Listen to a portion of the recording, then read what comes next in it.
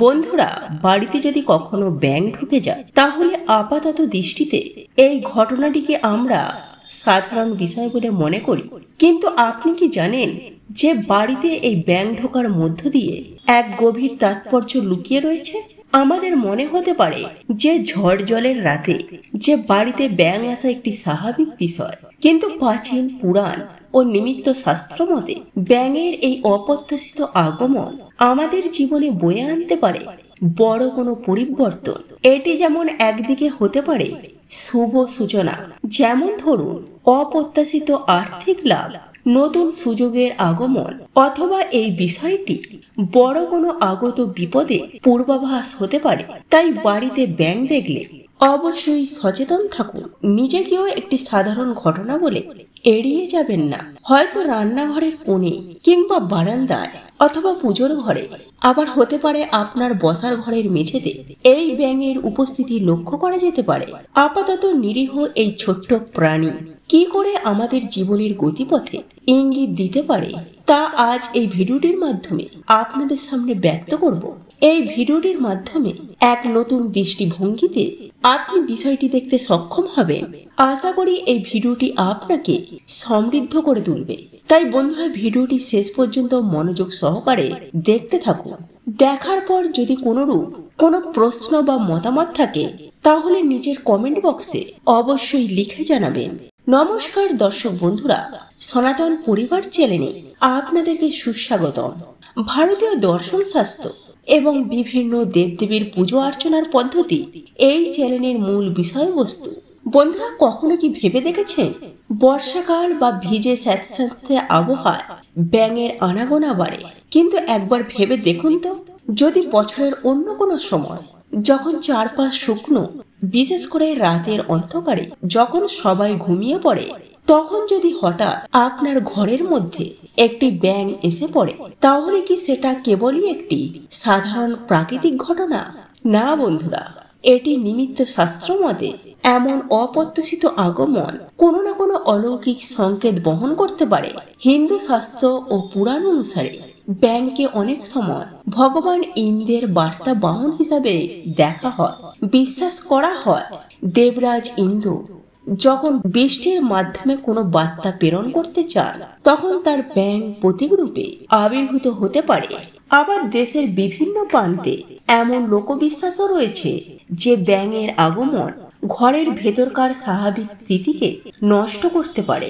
এর অর্থ হতে পারে পরিবারের কোনো সদস্যের রোগ, অসুখ, আর্থিক ক্ষেত্রে অপ্রত্যাশিত ক্ষতি, অথবা কোনো শত্রু গোপন ফাঁদের ইঙ্গিত বহন করে। বিশেষ করে যদি কোনো ব্যাঙ বারবার একই নির্দিষ্ট ঘরের কোণে ফিরে আসে, অথবা যদি কোনো বিছানার আশেপাশে কিংবা পুজোর ঘরের কাছাকাছি ব্যাঙকে ঘোরাঘুরি করতে দেখা যায়, তাহলে এটিকে একটি সাধারণ ঘটনা হিসেবে উপেক্ষা করা একেবারে উচিত নয়। এটি অবশ্যই একটি সতর্ক বার্তা। অনেক বিশেষজ্ঞ পণ্ডিতরা ও গৃহস্থরা এবং প্রবীণ গৃহস্থরা এই বিষয়ে বিভিন্ন পর্যবেক্ষণ তুলে ধরেছে। তাদের মতে, যদি কোনো ব্যাঙ বারবার আপনার ঘরে প্রবেশ করে এবং কিছুক্ষণ সেখানে স্থিরভাবে বসে থাকে, তাহলে এটি ইঙ্গিত দিতে পারে যে আপনার গৃহে কোনো নেতিবাচক শক্তি বা কারোর অশুভ দৃষ্টি পড়েছে। আবার এমনও বলা হয় যে এটি সেই পরিবারে কোনো সদস্যদের জন্য একটি আগাম সতর্কতা, যার জীবন খুব শীঘ্রই কঠিন চ্যালেঞ্জে আসতে চলেছে।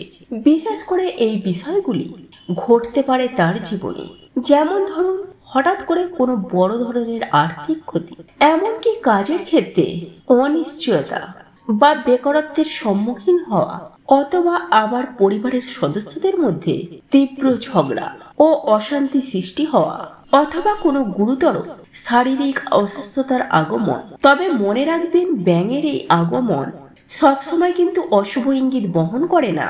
কিছু বিশেষ ক্ষেত্রে এটি শুভ ফলও বহন করে আনতে পারে।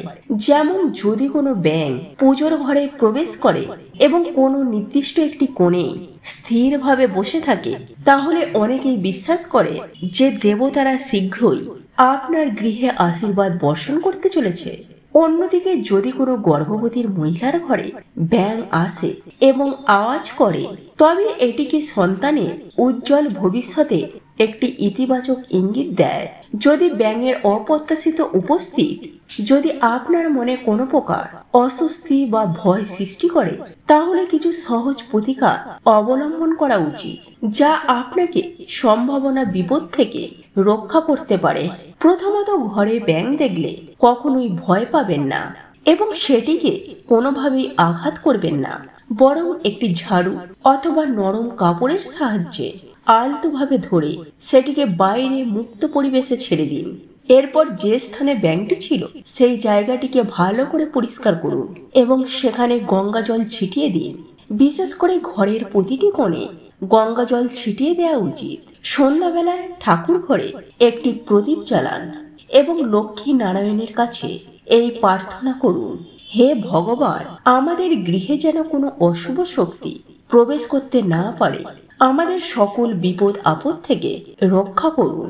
বলা হয় ব্যাঙ আসার পরবর্তী 3 দিনের মধ্যে 1 মুঠো কালো তিল, 7টি লবঙ্গ এবং সামান্য ধুনোর গুঁড়ো একসাথে মিশিয়ে জ্বলন্ত আগুনে নিবেদন করলে ঘরের সমস্ত অশুভ শক্তির প্রভাব হ্রাস পায়। আবার শাস্ত্র মতে শনি ও রাহুর অশুভ প্রভাব থাকলে ঘরে ব্যাঙের আগমন বেশি ঘটতে পারে। তাই শনিদেবের মন্দিরে গিয়ে একটি সরিষার তেলের প্রদীপ নিবেদন করে আপনার সংসারের শান্তি কামনা করুন। বন্ধুরা, আমাদের ঘর কেবল ইট, কাঠ, পাথরের তৈরি একটি স্থান নয়, এটি আমাদের শক্তি, বিশ্বাস এবং আশীর্বাদের কেন্দ্র। তাই যদি কখনো কোনো অস্বাভাবিক প্রাণী, যেমন ধরুন একটি ব্যাঙ, অপ্রত্যাশিতভাবে আপনার ঘরে এসে প্রবেশ করে, তবে এটিকে অবহেলা করবেন না, বরং শান্তভাবে এর অন্তর্নিহিত বার্তা বোঝার চেষ্টা করুন এবং সঠিক প্রতিকার করুন। মনে রাখবেন, সচেতনা ও সঠিক পদক্ষেপের মাধ্যমে আপনি আপনার পরিবারকে বড় ধরনের কোনো বিপদ থেকে রক্ষা করতে পারেন।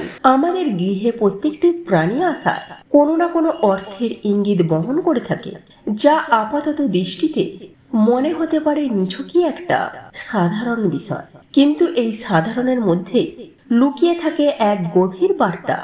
আর এই বিষয়টি আমরা সকলেই জানি যে বাড়িতে যদি ব্যাঙের আগমন প্রতিনিয়ত ঘটে, তাহলে সেই বাড়িতে সাপের আগমনও ঘটে, যা নিঃসন্দেহে আমাদের ক্ষেত্রে বড় একটা ক্ষতির কারণ হতে পারে।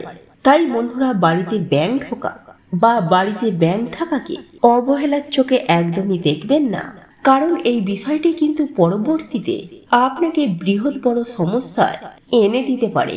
বাড়িতে যদি কখনো ব্যাঙ ঢুকে যায়, তাহলে আপাতত দৃষ্টিতে এই ঘটনাটিকে আমরা সাধারণ বিষয় বলে মনে করি, কিন্তু আপনি কি জানেন যে বাড়িতে এই ব্যাঙ ঢোকার মধ্য দিয়ে এক গভীর তাৎপর্য লুকিয়ে রয়েছে?